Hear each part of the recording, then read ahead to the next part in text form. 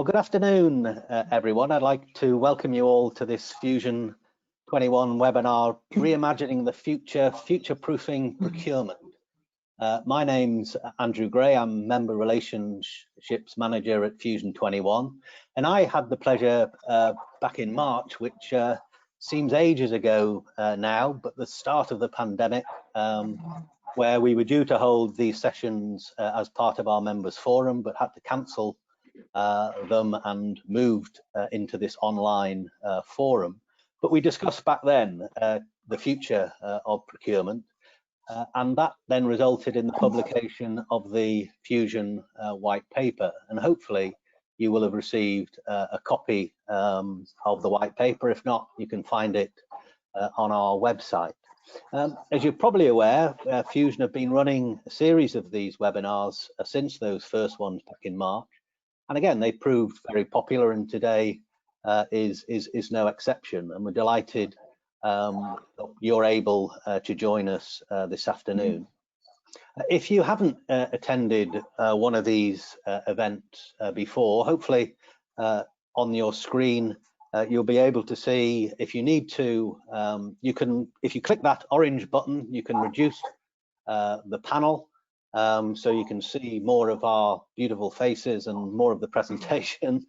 Or you can, if you're having problems with the audio, if you click on the audio tab, you should be able to adjust any problems with the audio. But perhaps most importantly, if you click on the questions tab, you'll be able to answer, be able to ask questions of the panel. And please do feel free to do that at any point. We'll keep an eye on those questions and address them to the panel, either as we go along or towards the end of the presentation.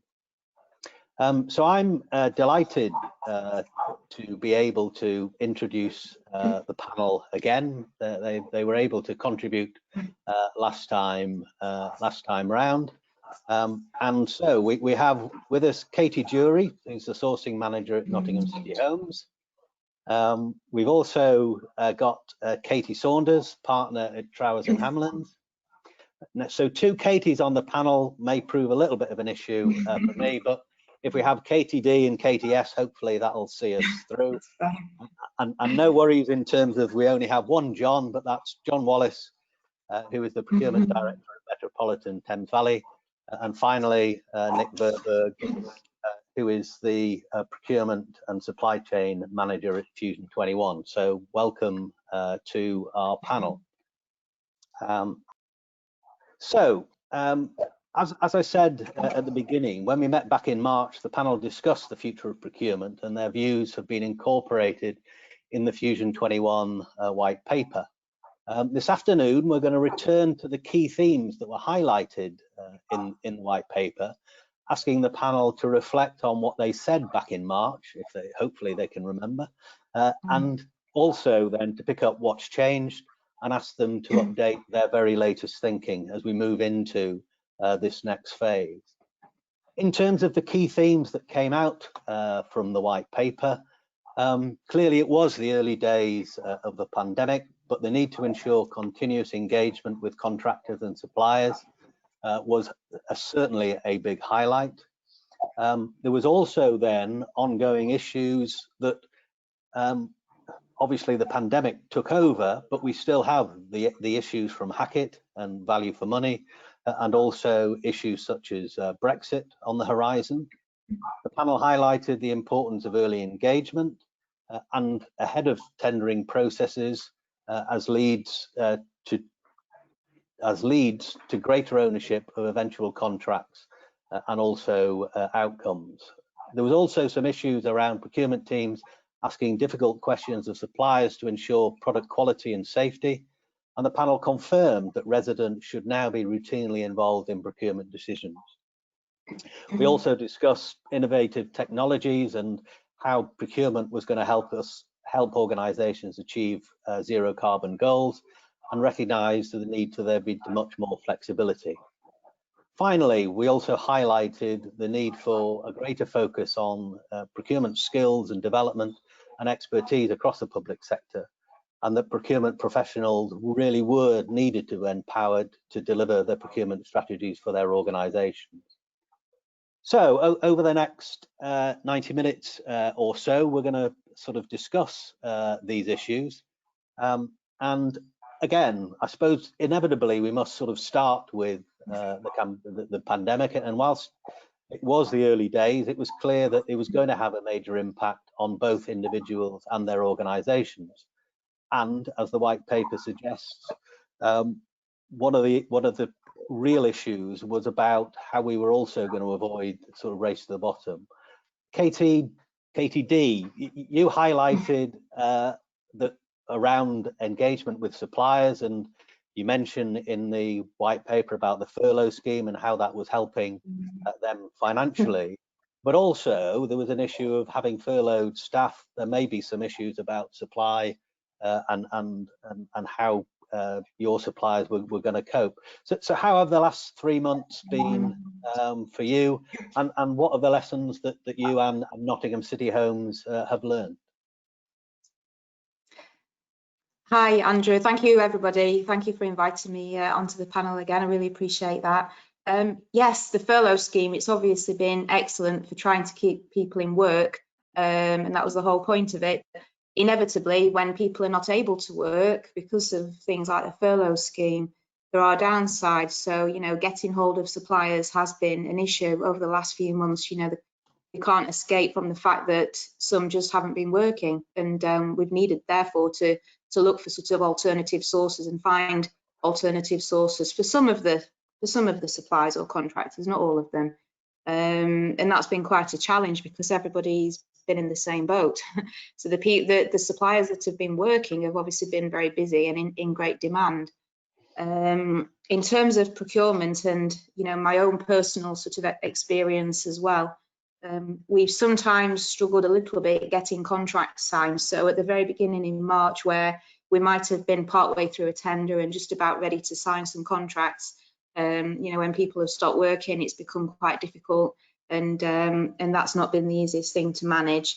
As well as part of the tender process, we obviously want usually as many bidders as possible, and when people are through the furlough scheme, that's obviously had an impact because there's been less companies available working to actually bid.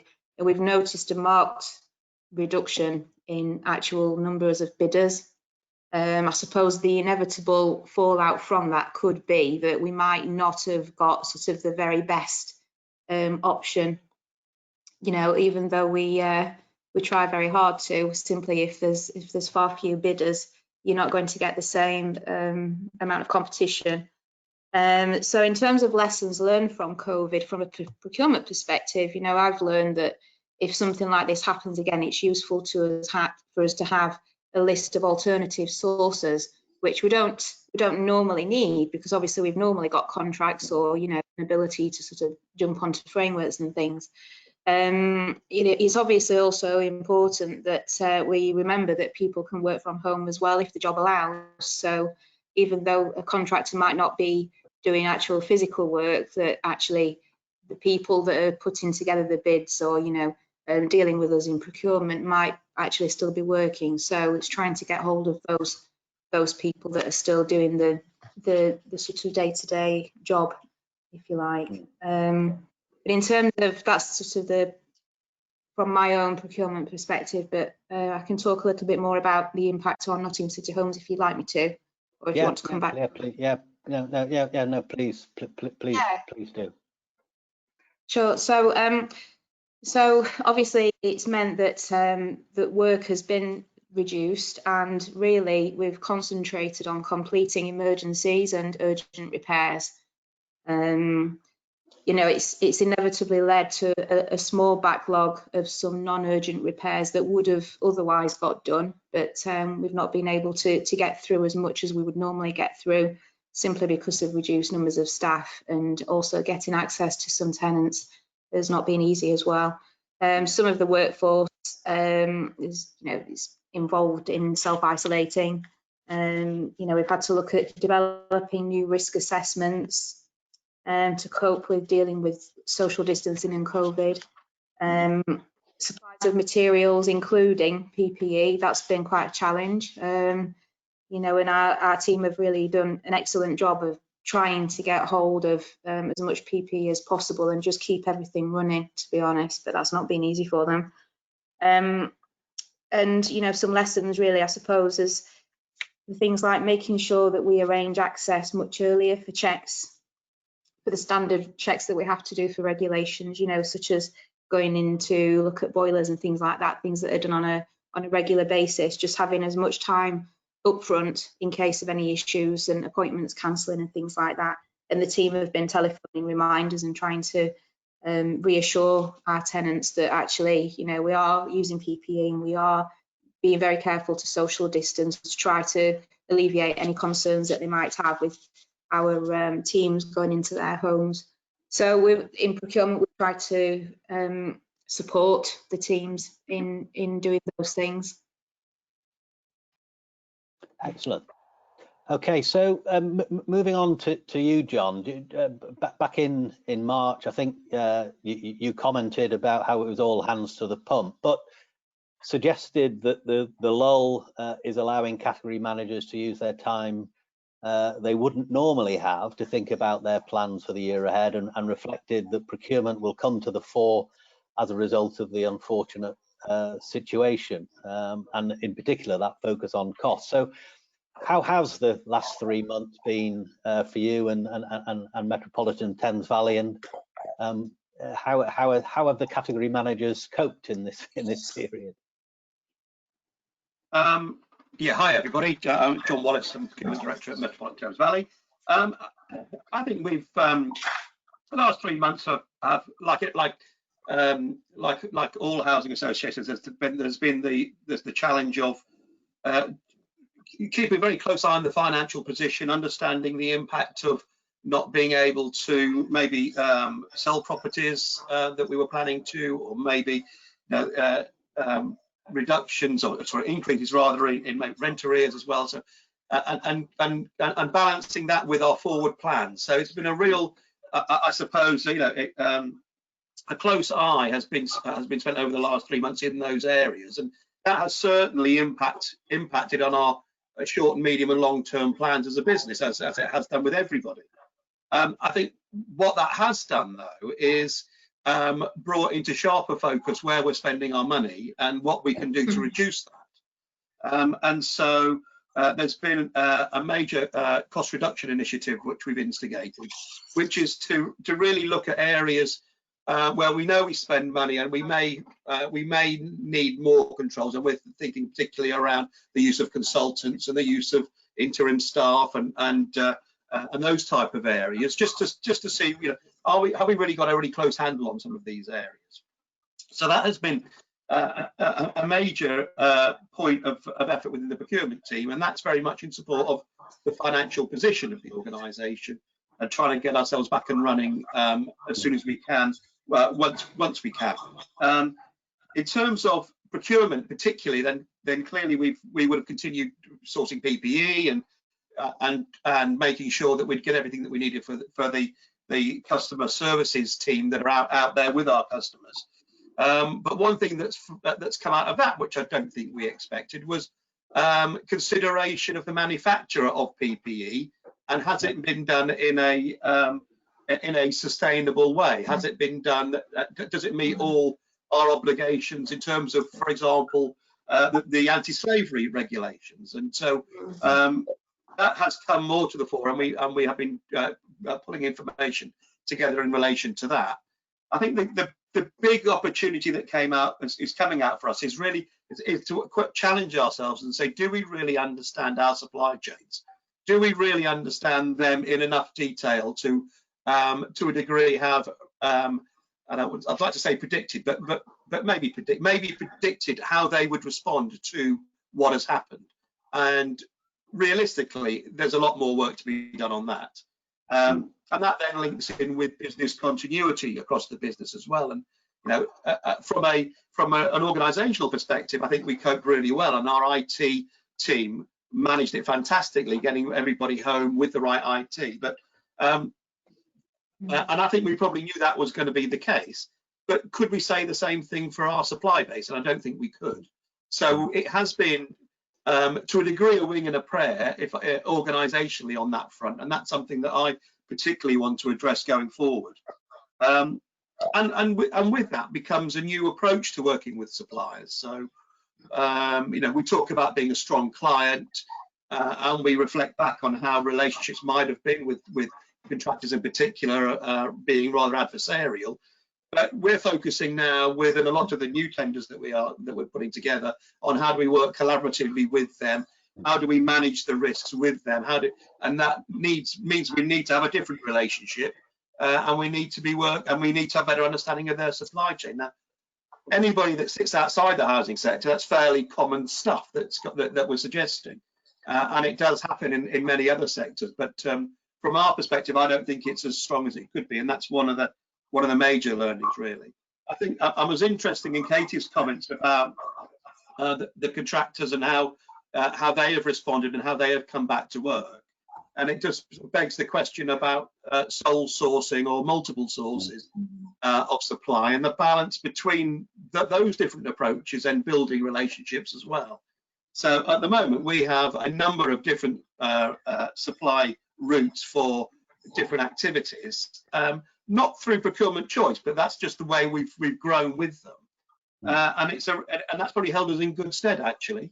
However, if we're going to switch and be more collaborative and work closely with contractors, then we need fewer of them. So there's a real sort of mixed view at the moment on the direction of travel on that. So I hope that's given you some view as to how we've been feeling about it.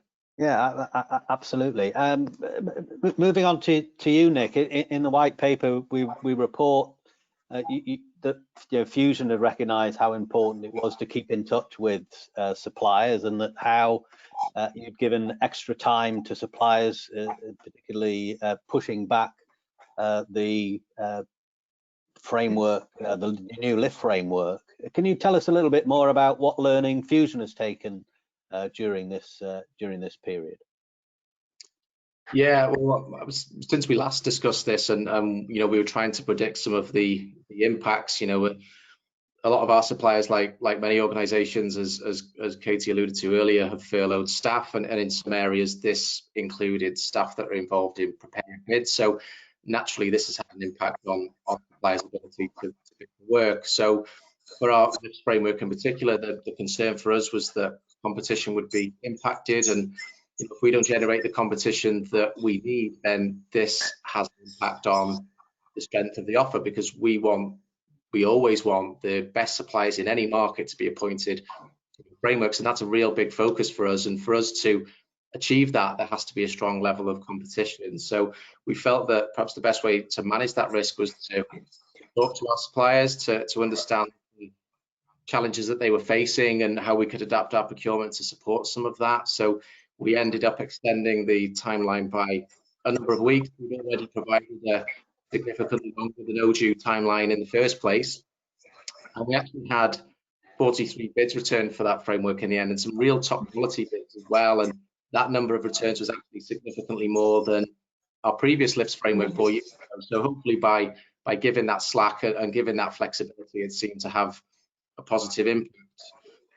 In terms of perhaps the learning points, I think one of the things that became evident to us during the evaluation period was some of the difficulties in managing clarifications. And anybody that's managed a procurement process, regardless of the number of bids that are returned, know that quite often points of clarification, certainly the case when you're evaluating 43. But what was evident to us was some of the challenges in managing that. And we use a secure message portal through Delta to do that, and to do that effectively, to do that compliantly. But we're receiving responses to some clarifications and not to others, and generally in these circumstances you'll have a single point of contact. So we tried to understand it from the supplier's perspective, and we realized that there may have been circumstances where that point of contact wasn't working. You know, they may have been furloughed, there may have been a change in circumstance since the bid came in. So we picked the phone up to those suppliers, and that actually did turn out to be the case. And if we didn't do that, then qualifications would have been missed, suppliers would have failed against some of that mandatory criteria, and again that would have impacted on competition.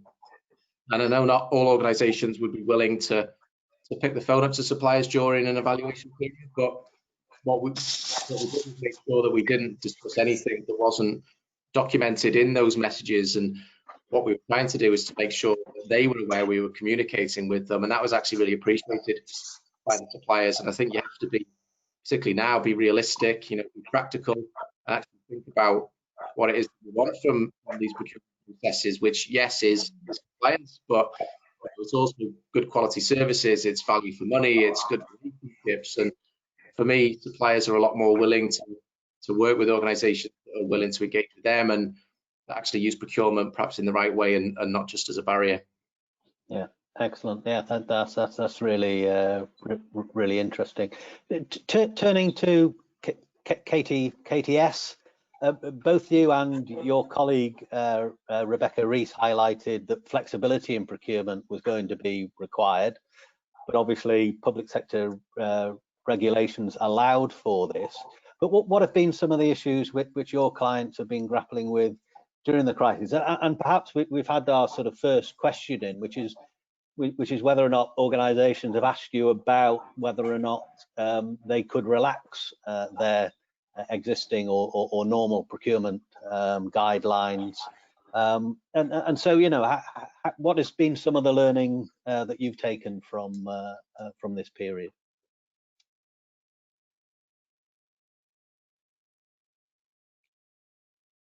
Is Katie there? Was that KTS, did you say, or KTD? Yeah, KTS. We seem to have lost her at the moment.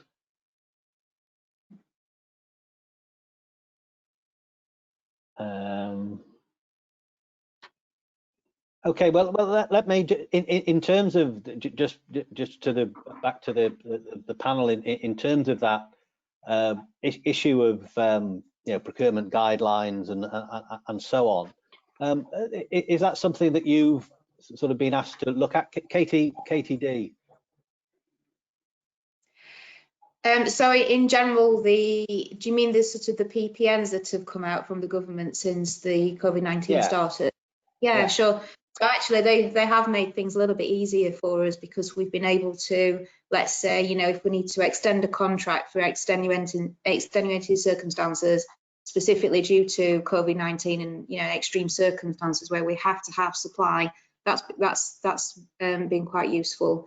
Also, obviously, trying to support suppliers if they've been in any financial difficulty, having that sort of ability to be able to support them over and above normal circumstances. To be fair, it hasn't really impacted us, but we've known that that's been available as a measure if we had needed it. So luckily, we haven't actually had any suppliers that have come through my department that said that they need to be sort of helped in any particular special ways in that respect. But like I say, good to know that was available as well. And purchase cards, procurement cards, the ability to extend the credit card sort of limit, if you like, and threshold, have a few more going through the business has made things a little bit easier because if someone has been sharing a card, maybe a team's been sharing a card and it's just not practical for that person to go out, and for various reasons, could be homeschooling or could be self-isolating. Yeah. If another team member's got the purchase card, that's obviously useful as well. That's not been my direct experience in my team, but I'm sure somewhere along through the organisation, lots of organisations, they've found that really useful. Yeah. And is that something, John, that you've has there been any sort of relaxation in your sort of normal procurement processes during this period?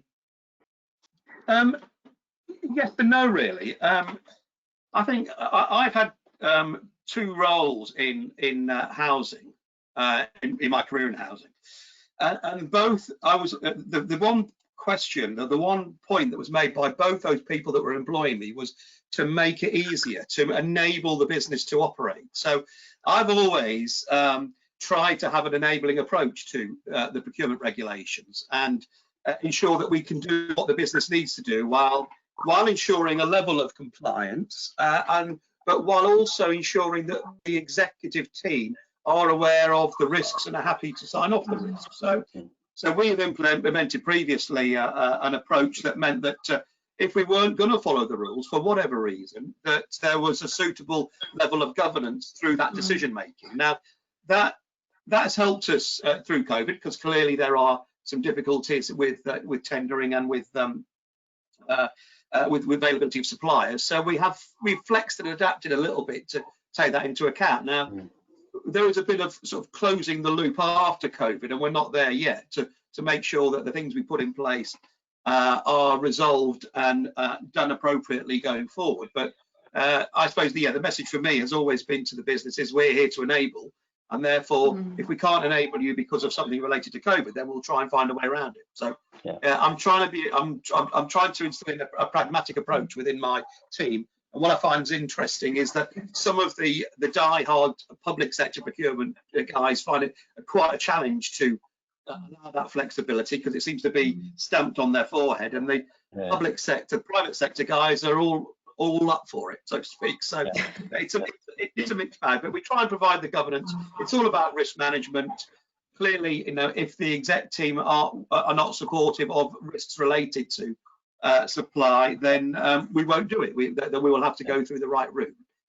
That's not to say there's a lot of these processes that we haven't gone through. But from time to time we need to do it, and that's what we do.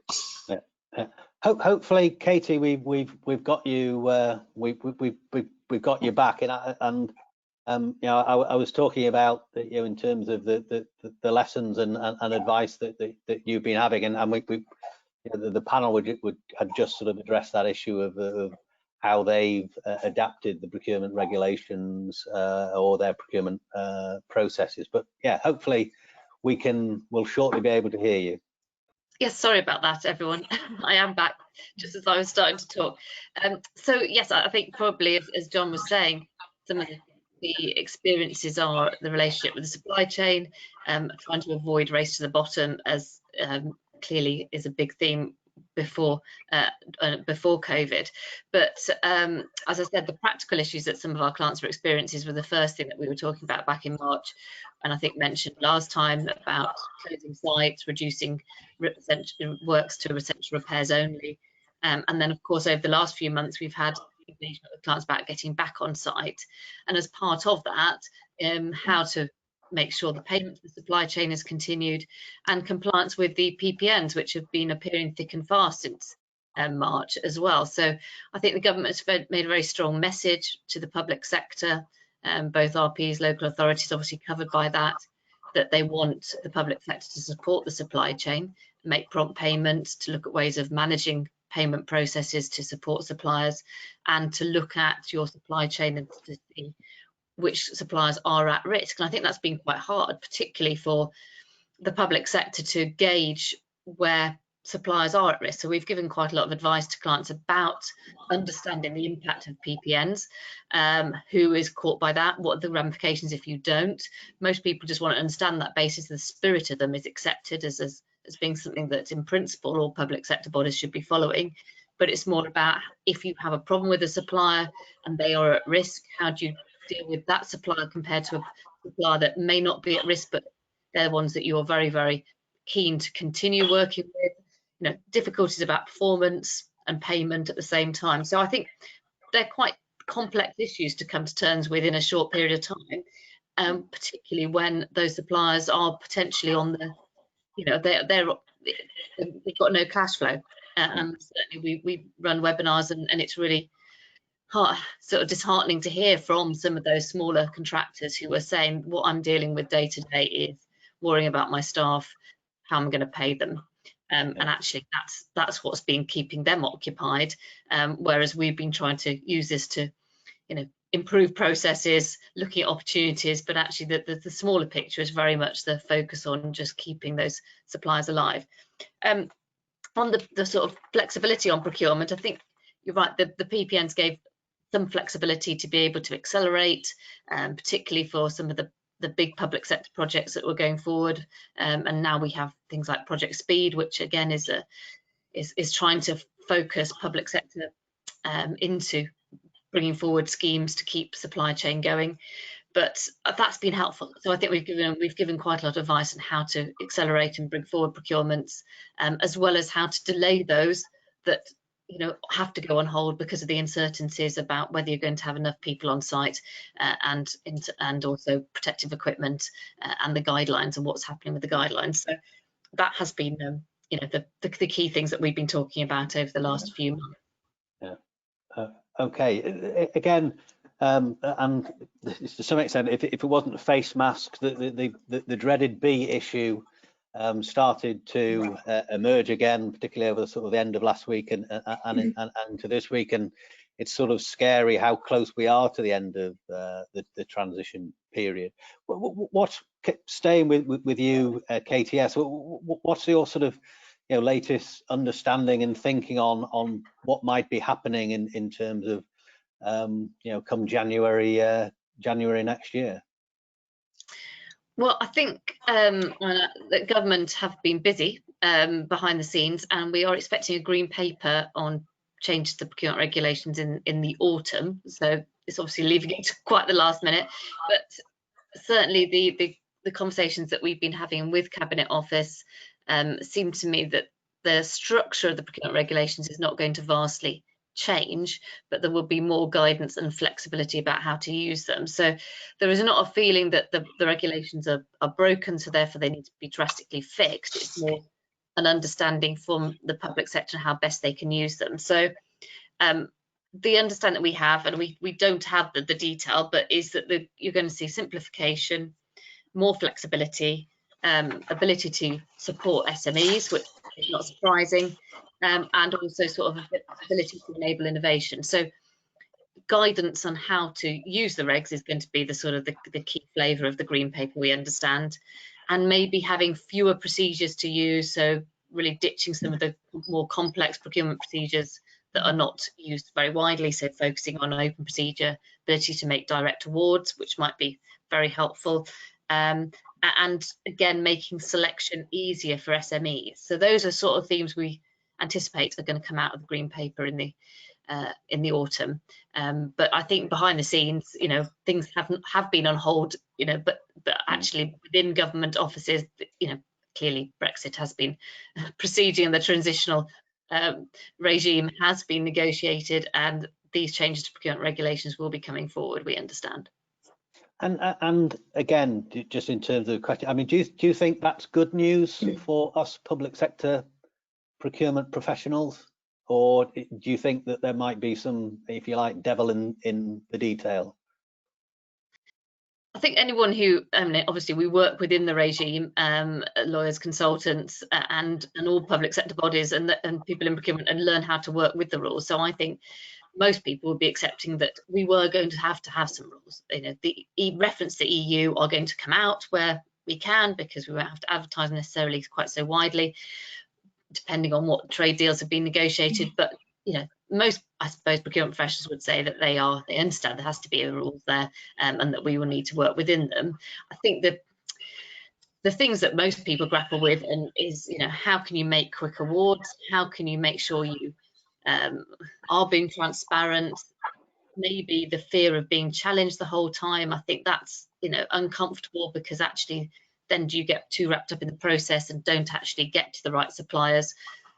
That's that would be nicer to be able to try and remove some of that bureaucracy, so you actually had a little bit more freedom, so that if you were a public sector buyer, that you knew if you'd been open and transparent, and then actually you were okay and you selected the right people, rather than this fear that you might get tripped up by a sort of a niggle in the regulations because somebody was wanted to cause trouble for you. And I think that does stymie potentially good procurement practice, doesn't it? Because it gets caught up in probably the legal issues that people worry about. So a bit more freedom, flexibility is good news. Yeah, excellent. Okay, moving back to you, John. Again, in the white paper, we discussed about Hackett and how that was affecting public sector procurement, and just to sort of quote what you sort of said there, the challenge for procurement teams is about persuading their business that procurement is not about price, it's about value for money. And again, you went on to talk about how there was an opportunity for procurement professional, a more leveraged approach with the rest of the organisation. Could you just sort of expand a little bit about that and how you at Metropolitan Thames Valley are, making sure that it's not about price, it is about value?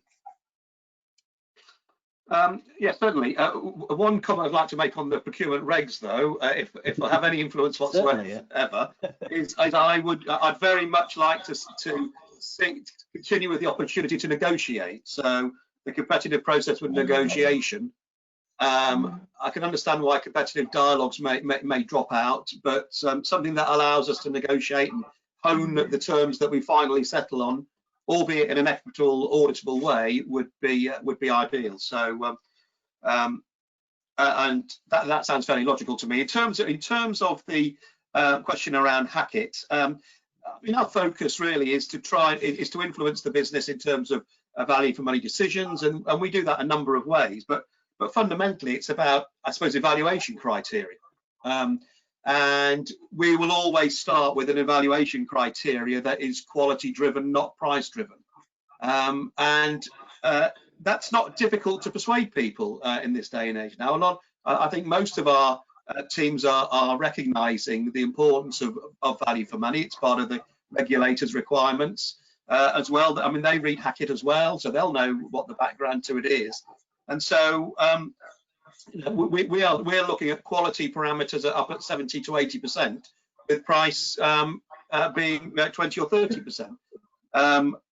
Generally, but the quality it can be a whole raft of different things. Of course, it can be with reference to customer requirements. It can be specification. It can be service post contract. It can be social value. A whole raft of different things.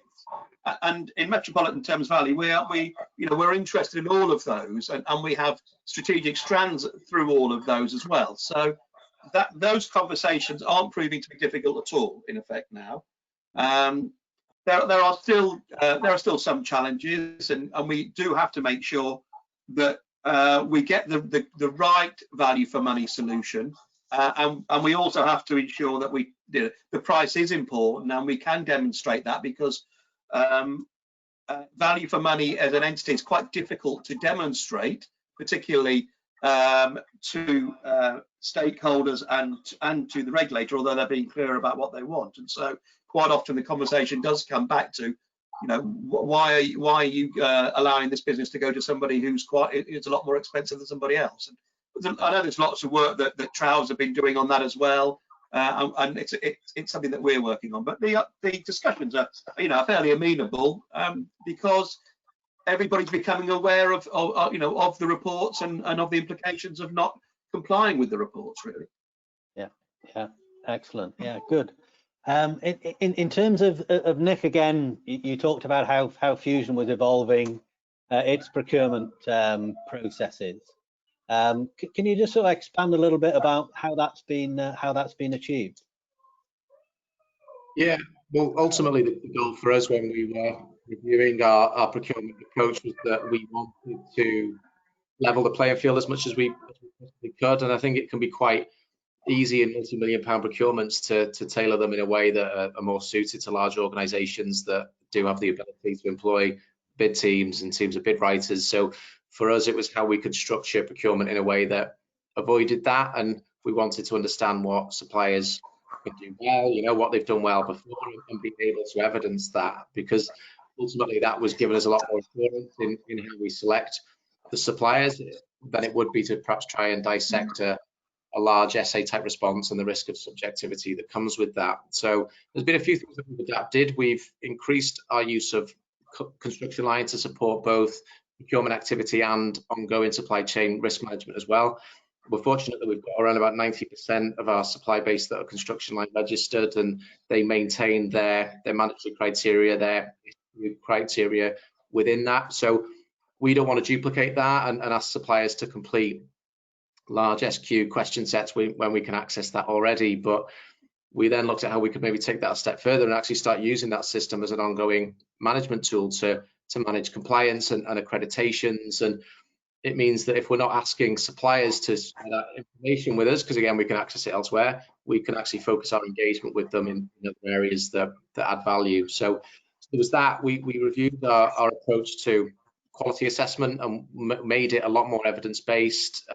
As an example, on our recent lifts framework, we asked suppliers to outline some of their delivery models that were based on case studies, but we also asked them to provide us with statutory inspection certificates, which actually demonstrated that the lifts that they maintained weren't suffering from recurring defects. We came up with a transparent scoring system for that, because we were then able to see in practice that they could deliver, and that was a lot more valuable to us than just generally asking to explain in, say, 1,000 words how they would approach that. So some positive steps. It hasn't been about us trying to make the process easier, and within the last 12 months we've advertised almost £2 billion worth of frameworks, and it should still be a challenge to win a place on those, but what it shouldn't be is overly onerous, and by mapping out the process and looking at how we can make it more effective has been really positive for us.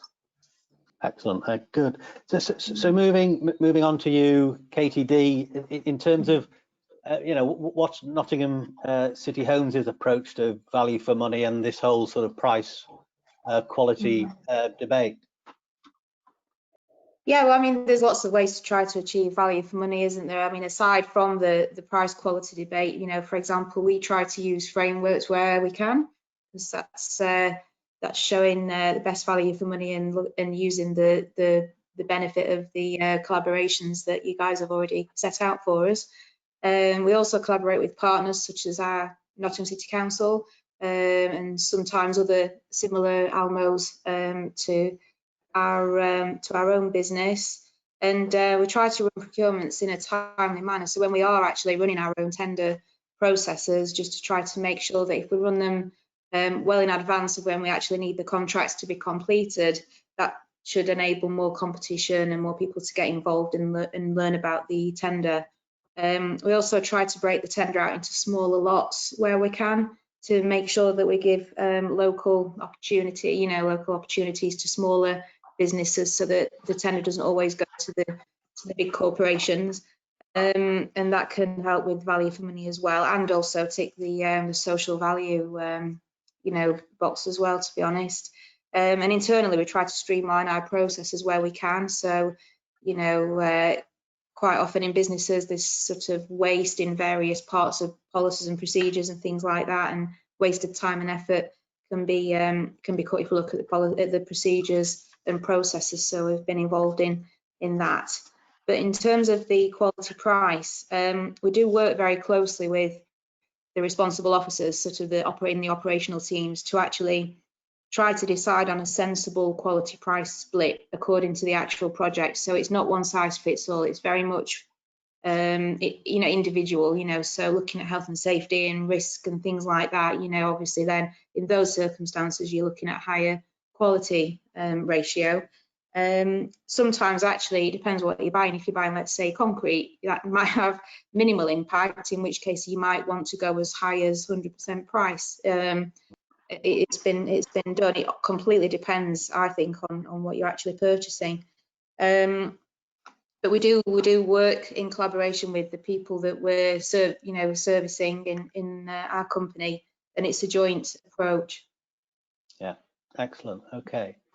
Just a quick reminder to the audience: please do keep your questions coming in. We'll go through them. But again, just sort of moving on to a slightly different subject, albeit that we have sort of touched on it already. But again, one of the key themes within the white paper is the importance of procurement teams collaborating and working with suppliers, and early market engagement has already been talked about. KTS, again, this was something that you and Rebecca talked about, and how organisations were to be encouraged to take that time and to look at how they were doing. What advice would you give to the audience on how they can collaborate and improve their relations with supply chains in that procurement process? Thank you, Andrew. I mean, I think the first point is that not to be afraid of the regulations. The regulations do allow you to engage with soft market testing at an early stage before you've even gone to the market. And I think in the olden days, which I remember, everyone was very worried about that and felt that would give suppliers an advantage, and if they hadn't engaged with them, how they would, declare that. So I think the movement of the 2015 regulations has been that is perfectly acceptable.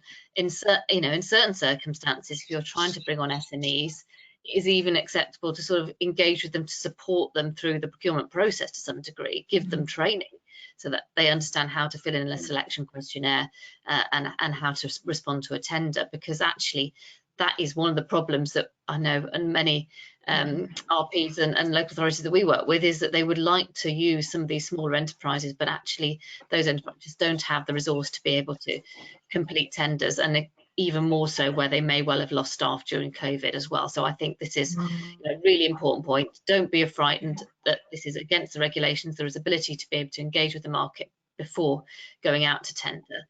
During the tender stage, again, that sort of support and coaching and being sensible about the questions you're asking. Of course, it's all common sense, but really don't over egg it, don't gold plate, don't go over the top if you're trying to encourage the right players into your marketplace. And then I think the point that's often missed is that when you actually get into contract, make sure you're using contracts that are suitable for your suppliers as well, that have that relationship not just with the first tier of your supply chain, but the tier 2, 3 and 4. So looking at more alliancing, partnering contracts. I know obviously people expect Trowers to talk about that, but it is true, and we've certainly found over this period that actually looking at relationships where we've had to do a lot of collaboration between suppliers and clients, that having a form of contract that engenders that from the start is much easier to work with than something that has a more adversarial basis. So yes, I was going to say that really making sure that you are looking at the right selection criteria, the right evaluation criteria, but also a form of contract that really engages and supports on every tier of the supply chain that you want to work with. Yeah, excellent. KTD, again, in the white paper, you talked about how Nottingham City Homes was, and your colleagues were meeting regularly with suppliers, and how those relationships can be developed in that way. Can you sort of explain your approach to building those relationships and why you see that is being so important? Yes, I think it's especially important now, actually, in these times that change so quickly, the times that we're living in, to try to communicate with and listen to suppliers. And we need to understand if they're under certain pressures, so that we can try to help them. We need to know in advance about any issues, in particular any delivery issues. Where if we have a good relationship with a supplier, they're more likely to pick up the phone and say, actually, we can't get the parts to you today. It might be a few more days, and without that good relationship, we might not have known that and been able to sort of work around it. I just think all relationships need work. You don't know in life, we're all human beings, and you really only get out of any working relationship what you actually put in. And clearly, if you're able to have sort of an open door policy with contractors and suppliers, it can only benefit you, really. In terms of not just sort of them letting you know about any negative things that might be occurring with them, but also actually for them to come up with ideas to help you achieve your goals and help you achieve your own objectives and the company strategy.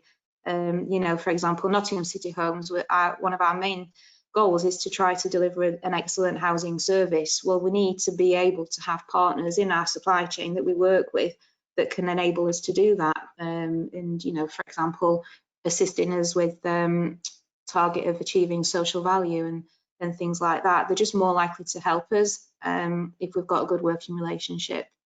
Yeah, excellent. Moving on to you, John, you sort of again mentioned last time we met how Metropolitan Thames Valley we're moving to a sort of relationship scenario process. Can you sort of expand a little bit on that and how that sort of developed over the last few months? Yeah, I'll give you some background to it, everybody. In terms of how it's developed, well, we're tweaking around the edges at the moment while we're in this current state. So to say that it's rocketed forward would be, yes, would be incorrect. But in essence, what we have done is created a supplier relationships / contract management approach, which is to categorize all our suppliers into the degree of importance that they have to our business. And we've used a number of different measures to complete that categorization. Things like how much we spend with them, how much impact they have on our customers, regulatory impact. Do we have similar values?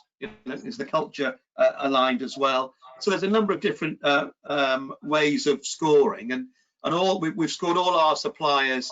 In fact, we've scored all our subcategories in terms of those scores, and identified as a business, we've done it cross-functionally, which are the most important subcategories, and therefore which are the most important suppliers that that come under that. So we also then did a fair amount of work creating documentation to support and approaches to support that, and that was audited by KPMG earlier in the year, and they came up with some recommendations which we're currently working on at the moment. So things like common data storage. Where do you store all this information? And what happens when people move on from contract managing one supplier to something else, or they leave the business? How do you keep that continuity going? So a lot of it has really been sort of building that sort of background before we start rolling out. So we're in the process of looking for a supplier relationship manager who will lead that forward going forward. And that is, it's more of a governance approach than it is a doing approach. It's there to support the operational leads. The intention here is not to manage the contracts ourselves from a procurement perspective, but support the business in managing their contracts, supporting them in being more consistent, more transparent, so that we can give assurance to the board that we are managing our contracts effectively.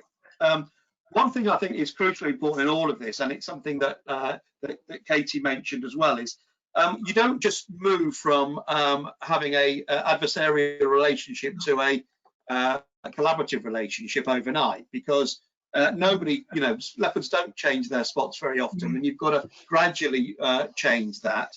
But most relationships we've found fail or fall on rocky ground because of the work that you put into those relationships, as you quite rightly said, Katie. So, and a lot of operational people are too busy or focusing on their day-to-day job without focusing on the data or the information that will allow them to flag any issues that are arising early, so that they can be dealt with collaboratively. And most of the adversarial issues that crop up are because we've just found something out that we perhaps should have found out previously if we were looking at the right data, or if we had the right data to begin with. So part of that then is a training requirement of all of us to, just because something appears to be working well, don't take your eye off the ball on that relationship. Keep your eye on the ball, deal with matters as and when they arise, and hopefully that will stop big issues arising. Well, always, obviously, but hopefully it will do in the longer term. Yeah, excellent. Okay, in terms of this sort of section, Nick, again, you've sort of talked about Fusion's approach to this. How do you see, and how does Fusion work both with suppliers to improve those relationships, but also, again, you touched on issues such as whole life costs and the process of evaluation? Yeah, well, I mean, first of all, I think from a cost perspective, costs are extremely important to this profession. If we look at the challenges of public sector spend for quite some time now, with a decade of austerity, the impact on local government and other parts of the public sector has generally meant that as a sector we've had to be commercially stronger, commercially more savvy in how we establish some of these cost models. And yes, if costs aren't sustainable, that has a huge impact. If areas of costs aren't captured up front, that has a huge impact as well. And we've seen some quite high profile examples of big projects over the years that have massively exceeded budgets, through poor cost management. But At the same time, we have seen some good examples as well. Unfortunately, those good examples don't tend to get the same level of press coverage. But one in particular that jumps out to me is the North Wales prison, which was built in 2017, and that was actually delivered £50 million under budget, whilst still creating 100 apprenticeships for people within the local area through that development phase. And that was achieved by adopting the government's two-stage open book procurement model. So we looked at that and we wanted to understand how they did that. So I actually went down to London. I met with the Ministry of Justice. They were kind enough to meet with me and discuss the project and some of the challenges that they had and what they'd learned from that. And I was able to learn from that and bring that back to Fusion21. And what we were then able to do was adapt some of our call-off processes to bring in the ability to deliver two-stage open book further competitions through some of our call-off activity, generally more suited to some of the high-value projects that we have. But what it does is it provides another call-off option in it, and it adds additional value for our members. So from a cost perspective, I think it's important to always be willing to learn from others and the good practices that are out there. And then what we've done is try to look at some of the other ways of avoiding that race to the bottom, aside from just how we establish some of the cost models, but how we look at some of the quality criteria, how we build specifications, and we set minimum benchmarks within our quality criteria, so that if a supplier doesn't achieve at least half of the quality marks that are available, then we wouldn't even look at their costs anyway. So there's always quite a delicate balance between quality and cost, and we need to make sure that the quality is there before we do look at some of those cost models. And that's been a good way of us avoiding any race to the bottom. From a supplier engagement perspective, what we've seen is that it's important for us to actually be communicating that to suppliers as well, and we do that through our pre-market engagement activity. We always hold mid-ITT stage webinars to interested bidders, and a big part of that is discussing costs, and we talk to them about our expectations and how those costs should be completed, and being clear that yes, we want competitive costs, but those costs need to be sustainable, because we'll be evaluating bids, we'll be identifying anything that appears to be abnormally low. So I think being open with your suppliers and actually communicating that with them is important. Yeah, excellent. Okay, yeah, that's been really useful. And again, in terms of just highlighted how important it is that we continue to build relationships and engage going forward. So I'm going to move on to the sort of, let's start reimagining procurement, reimagining the future. I mean, I touched on it a bit before KTS, but again, we've got Brexit, we've got Hackett, we've got Decent Homes. We also have the Building Safety Bill announced or published rather in the last day or so.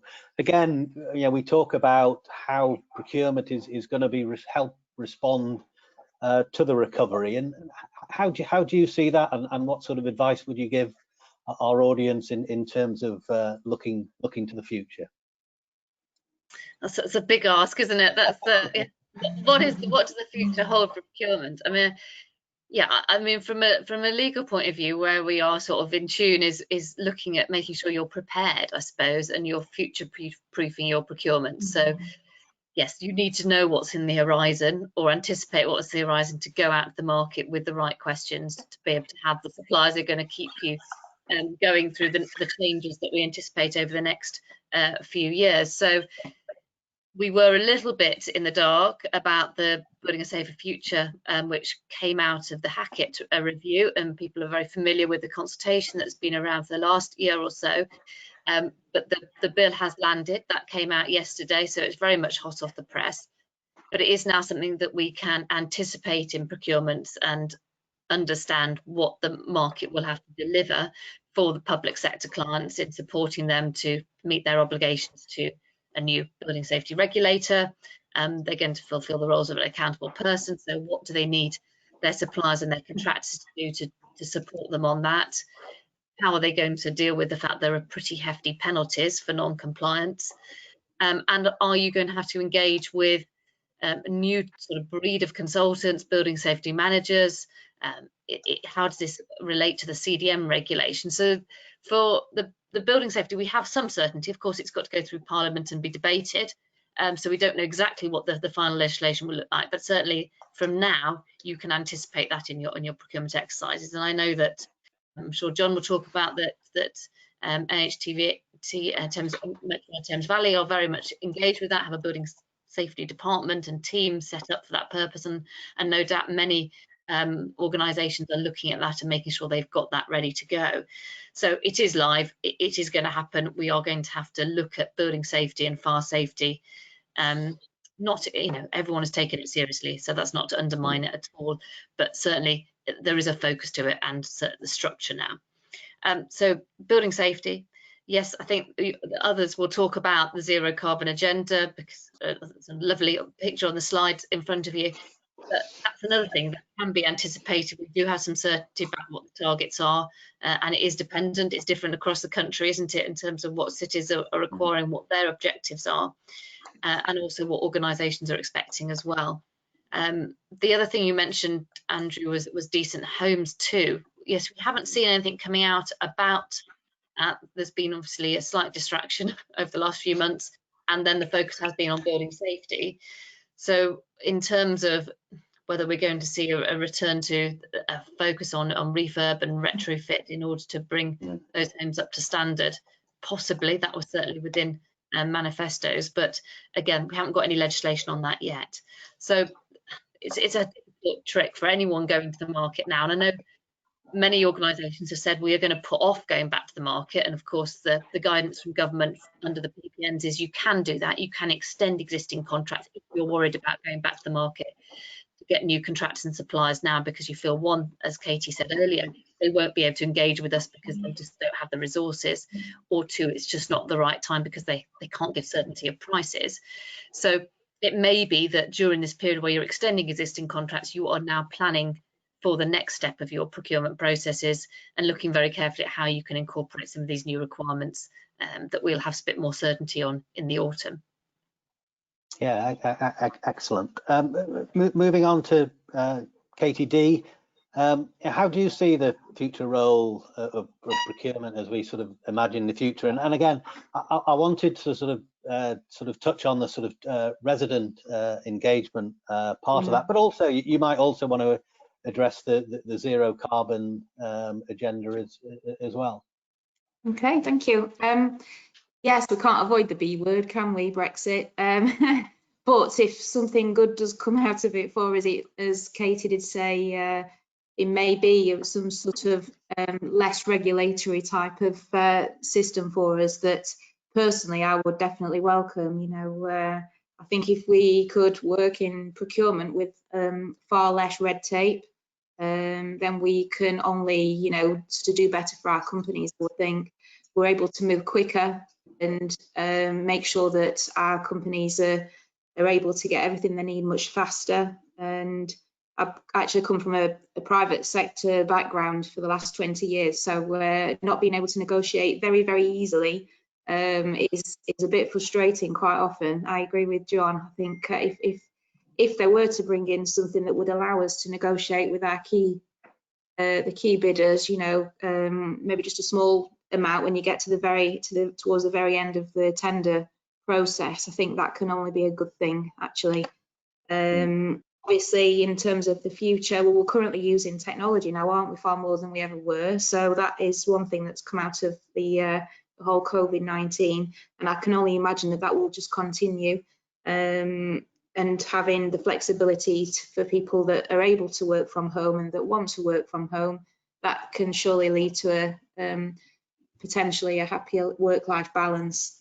In terms of going back to Brexit as well, if we're able to put regulation about having to advertise, further out, obviously it might mean that we're able to source more locally, which is actually something that Nottingham City Homes are very passionate about anyway. If we can source locally within the local Nottingham area, then that's usually our deal. Obviously that does conflict a little bit with the OJO rules currently, so that might be something positive that might come out of Brexit for Nottingham City Homes. In terms of tenants and how tenants can get involved. Certainly from Nottingham City Homes perspective, we put a lot of time and effort into trying to involve tenants with regards to supplier evaluations. So not on every single tender, but on tenders that they might be interested in, that they would feel that have actually a direct impact on their day-to-day lives. You know, we've got a core team now of tenants that have been trained up by our procurement team, and they're actively involved in supplier evaluations as and when. It's not all the time. They obviously, it's a lot of work for them. You know, it's quite honestly, it's volunteer role, to be fair. You know, but when they're interested in doing that, they're invited to.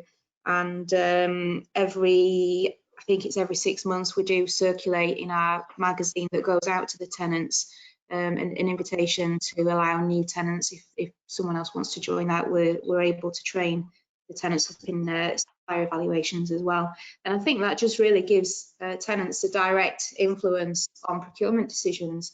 And that can only be a good thing, because as a housing service, we want to make sure that the suppliers and contractors that we do select, that our tenants are happy with. You know, we're there to serve the tenants, so we want them to have the best best possible outcomes.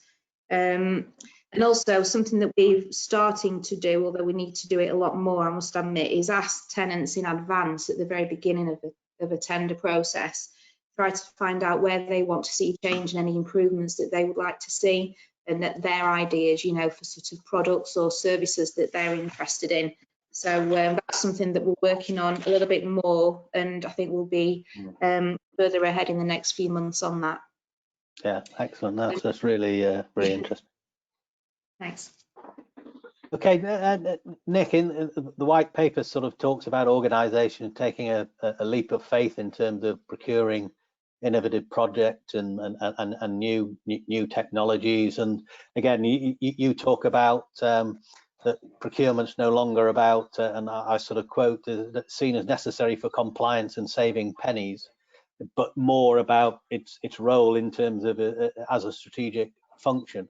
How do you see procurement and procurement professionals adapting to the future, and you know, how do we you know, bring a procurement up the agenda and it being seen as a strategic function? A good question.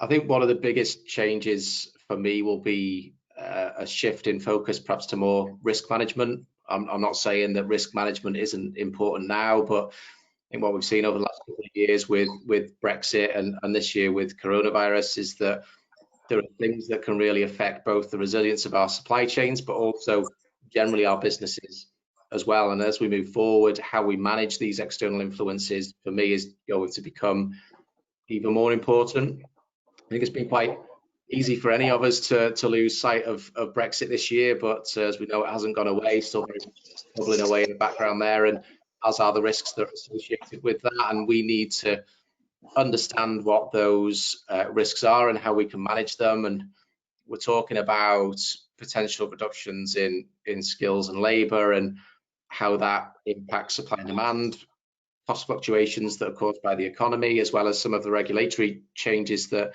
Katie's talked through. And these are real risks that we need to be planning for now. And if we can do that, and if we can do that well, then for me, that's procurement adding some real strategic value to its organisation.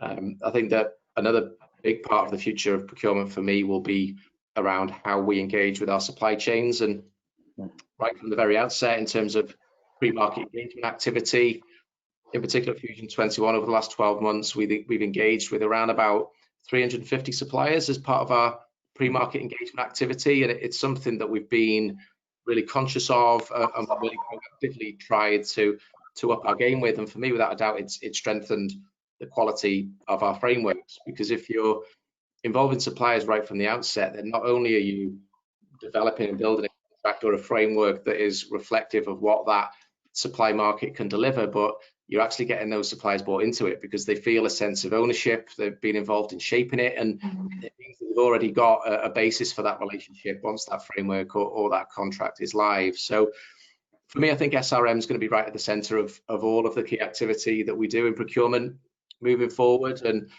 not just in terms of early market engagement, but for everything. even around that risk example and a potential shift around risk management. And, you know, if you've got good relationships with your suppliers and across the supply chains, you're going to be more in touch with what's happening in markets. You're going to be in a better position to be ahead of the curve in how you identify and manage some of those risks. So for me, I think that'll be huge. I think that will probably then shine a light on some of the soft skills that we need in procurement to succeed in these activities. SIPS qualifications generally is a prerequisite for many jobs, and I understand the reason for that, but I think the importance of some of these soft skills can't be overlooked. Talk about, you know, the ability to communicate, to negotiate, to build relationships, that emotional intelligence that you need to have an awareness and ability to adapt when you need to, I think will be a big part of our future. Excellent. I'm going to sort of end in terms of this, and yeah, audience, please do send in any final questions that you may have. But John, in our last session, you spoke passionately about procurement as a profession, and I think to quote you said that procurement is the most exciting profession to be in. We've got huge benchmarking opportunity with other sectors, so the learning opportunity is never ending, and we really can make a difference to our customers. Hopefully the last 3 months hasn't dented your enthusiasm. So how do you see the future, and how do procurement professionals grasp those opportunities? I think it's even more exciting now than it was 3 months ago. And I think it's as a result, there's a perfect storm out there for procurement at the moment. There are so many things that are impacting on all the businesses that we're in that procurement can assist with, resolve, improve. You know, we've talked about quite a few today. We've got Brexit, we've got the safety aspects, Hackett, we've got the building safer aspects, we've got the commercial pressures that have come as a result of COVID on our businesses as well.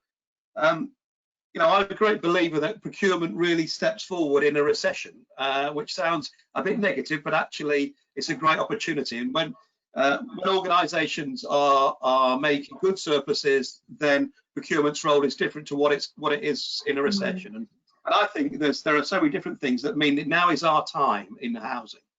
And now is our time to really grasp it. And you know, we've probably all worked in different sectors. I've, similar to Katie, had worked in the private sector in the food and drinks industry, and I was used to a pull on procurement. Come on, I want more from you. I want more from you. You know, whether that is better suppliers or more cost savings or more innovation, particularly as well, and in housing and to a degree in health, where I was previous as well. It always felt like we had to push ourselves onto people to show them what we could do. And I'm sensing a shift in that now. I'm certainly sensing it from a commercial perspective in Metropolitan Thames Valley, where we're now really looking at commercial opportunities and we're getting more involved in that. We are working with Niall O'Rourke on the building safety side of things as well. And also the property services team.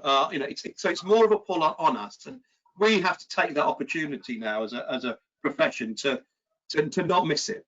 And an example of one that we're not going to miss is sustainability. So, and this is more by luck than judgment, I would suggest, but I have a category manager in my team who has just completed a degree in energy and sustainability. Right, you can start driving the agenda on that. Yeah. So it's using all those skills that we've all got, because we've all come from different sectors, but now is our time, and we mustn't, let it pass, really. So, yeah, that's where I am. And it's not all about tenders. It's not all about processes. It's about soft skills. We've got to be able to talk to people. We've got to be able to influence them and engage with them, as Nick was saying. So, yeah, really excited. It's got more exciting in the last 3 months than then. So. Excellent. Well, that's a really good. But I mean, again, just sort of finally, in terms of the panel, I don't know if you sort of, if you share that sort of John's enthusiasm, and also, yeah. Well, let me just sort of ask a couple of questions that have come in. Katie, in terms of that I think you mentioned, your experience in the private sector. What are the things that you would like to take forward in terms of potential changes in the public sector rule? Your experiences in the private sector compared to the public. Yes, I think in private sector, obviously, there's a lot more leeway to sort of deal with suppliers as you see fit. And in my experience, I've really enjoyed managing suppliers and working on their accounts, and having sort of day-to-day dealings with suppliers, I guess, more than I currently do in the procurement department where I'm working now, which is very much sort of serving our responsible officers and ensuring that they're getting value for money, and they're being compliant, and that we're doing all the things we need to do to achieve our aims. I mean, sort of being able to go to a supplier's factory, for example, and go through all the QCIDMR used to go through: quality, cost, delivery, responsiveness, risk management, and have a really good understanding every few weeks of actually where they're at in terms of their quality and delivery and cost and their issues, where they see how they see themselves performing versus our sort of performance measures that we've got on them. Do you know what I mean? And then have a discussion to say, actually, this is what we think you've delivered. You think you delivered that. Where are we sort of missing any gaps, and just working together really. In terms of the ability to negotiate, as I say, really is it's very, very different. Our hands are very much tied in the current sort of public sector scenario, and there's a definite benefit to being able to have sensible conversations with suppliers about not just necessarily cost, but all different things, improving quality and improving delivering, things like that, but being able to really sort of make a difference in terms of cost as well, and price, and doing a deal is, it's actually quite fun to do. And it sort of gives you a bit more of an adrenaline rush in the private sector, because you're able to have that sort of that sort of not it's a different dynamic, it's a different conversation. And and Katie, I mean, do you think we will get any of those advantages in the sort of review of procurement regulations post Brexit? How do we embrace some of the things that John and Katie have talked about to get that those sort of processes in the public sector? I mean, I think both John and Katie have flagged up that desire to be able to talk face to face to your suppliers, or on Zoom at the moment, and certainly over the last few months we've seen lots of sort of interviews and panel interviews taking place virtually. But yeah, I think the government has got that message. Certainly they are doing that themselves. We're working with Cabinet Office on some of their big multi-contractor frameworks, and they are looking at how they can work very closely with those suppliers so that they can structure them so they know exactly what they're buying, and that they can make sure other government departments can tap into that. Now, it's sort of a slight dark art at the moment, because you're right, they're working within the constraints. There is difficulty in making direct awards unless the framework agreement sets that up very, very carefully, and the negotiation procedures are felt to be sort of slightly cumbersome. So I do think that the government has got that message. They want to be a bit more agile when they come to select suppliers. They've obviously given the green light to be able to do that directly through a crisis period. So why not continue going forward, particularly for local authorities and RPs who have other constraints on you to make sure you achieve value for money and best value. There are, it is limited how you can get the wrong supplier. In a sense, you have to be so careful about being transparent and open. It's very difficult for you to run a non-compliant process, but yet there is still that fear. So actually what you really want is that ability to be able to negotiate, ability to make direct awards in sensible circumstances. You are going to be transparent because that's the nature of your business, because you have to be accountable to your regulators and to the public with freedom of information. So actually just having that a little bit more freedom will be something hopefully we can see. And I think the government feels the same way, so that they are going to engineer that through the new regulations. Fingers crossed. And does that sort of lead organisations? I'm sure I probably know the answer in advance, but bring in organisations like Fusion21, and how do we continue to assist our members to gain those advantages, and how do we as an organisation continue to ensure that there is that the agility that Katie's talked about? Yeah, well, I mean, first of all, it'll be interesting to see exactly what the changes are when they come in the green paper in the autumn. I think the aim for us has always been to try and use the regulations in a way similar to what John mentioned earlier, to actually enable procurement. So how can we actually use the regs to deliver best practice procurement and ultimately value for money for members? It's not about how can we use the regs to make sure that we can put something out to tender and sit and keep our fingers crossed that we get through it in a compliant way. We've always tried to look at how we can make best use of some of the criteria in terms of market engagement. That's been a big thing for us, something that we've really developed over the last couple of years. Even from a direct award perspective, again, over the last few years, we've changed the structure of our direct award criteria to give more flexibility in how we can undertake those, because what we realized is that if a supplier is top ranked on a particular framework based on award criteria, it doesn't mean that they're the best place value for money supplier to deliver to members' varying needs. So we looked at that, and we've structured that in our framework agreement in a way that gives us compliant flexibility, which has been positive. Social value as well, and when the new regs came in 2015, and they gave the ability to start thinking more around some of that social economic criteria, we've done a bit of work recently to develop the social value model that we've got, which has always been a big part of what we do, which is now very much focused on not just setting out the obligations and high-level obligations within a contract or within a framework, but actually putting an onus on a supplier and a buyer to actually sit there and actually agree what they want. What do our members actually want in terms of the economic drivers within their own area? What can our suppliers actually deliver to that? What is their capability to do so, and actually agree what that looks like and come up with a plan and work together to deliver that. So that's some of the changes.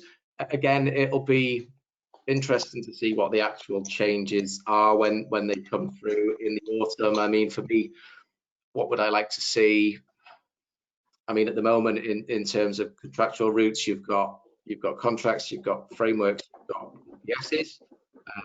Well, many would agree that all have benefits and can complement each other in a certain way, and perhaps not so much. I mean, from a DPS perspective, yes, keeping that door open to suppliers is a positive, but on the flip side of that, what you get with a framework agreement is the ability to have a core group of suppliers that you can develop relationships with. So I don't know, is there something that sits in the middle of that as some kind of hybrid? I don't know. It'll be interesting to see. Yeah. John, anything finally to add? I don't think so. No, I think it's been a very interesting discussion, and I'm not sure if KTS has got influence, but please use that influence if you have through your routes to get these changes in. That would be great. But no, it's I've enjoyed it. Thanks very much indeed for the invitation. Excellent. Well, thank you very much. I don't think we've got any final questions, so I'll just sort of wrap up. And a quick reminder to our audience that we are currently in the process of undertaking our annual survey. So please, if you haven't received a copy of the survey, do please fill it in. It's available on our website. There is one sort of final question, and it was again something that you picked up on, Nick, and but again, which is about do you think you will be able to do a direct award from a DPS in the future? I don't know if that's a question that you think you can answer, Nick or Katie, or any one of the panel, but as sort of a final question came through just as we were finishing. So yeah, the ability to do a direct award from a DPS. I mean, I'm happy to have a go. My view on that now would be that I mean, as things stand, absolutely not, because when you develop a DPS, you're assessing suppliers against some basic selection criteria. What you don't have is an understanding of their detailed understanding of the delivery models, and neither do you have any costs to make that direct award against. So unless there was some significant changes, I would be saying no, because I don't think there's enough to go on that can, you know, and again, Katie mentioned earlier that the overall structure of the regs themselves might not change too much, and I think that's good, because the principles of them in terms of treatment and how we go through these processes is right. But without having the right information to actually make a direct award, I don't see how you could do that. I don't know if anybody's got an alternative view. Well, Nick, I was going to say I like your idea of the reverse, maybe, which was a sort of open framework. So setting up a framework, but then more people could join, which I think is what you were trying to get at, which you know isn't possible, because it's still maintaining the ability to be competitive and open, but then maybe is not so attractive for all those candidates who get selected onto framework, feeling that they wouldn't, their opportunities are still available to others who are not on the framework. So I think, yes, the ability to work within frameworks is something that we're looking at. I'm sure that is going to still be the flavour in the future, but making it a bit more agile in it to be able to select off those frameworks is maybe something we could see in the regulations.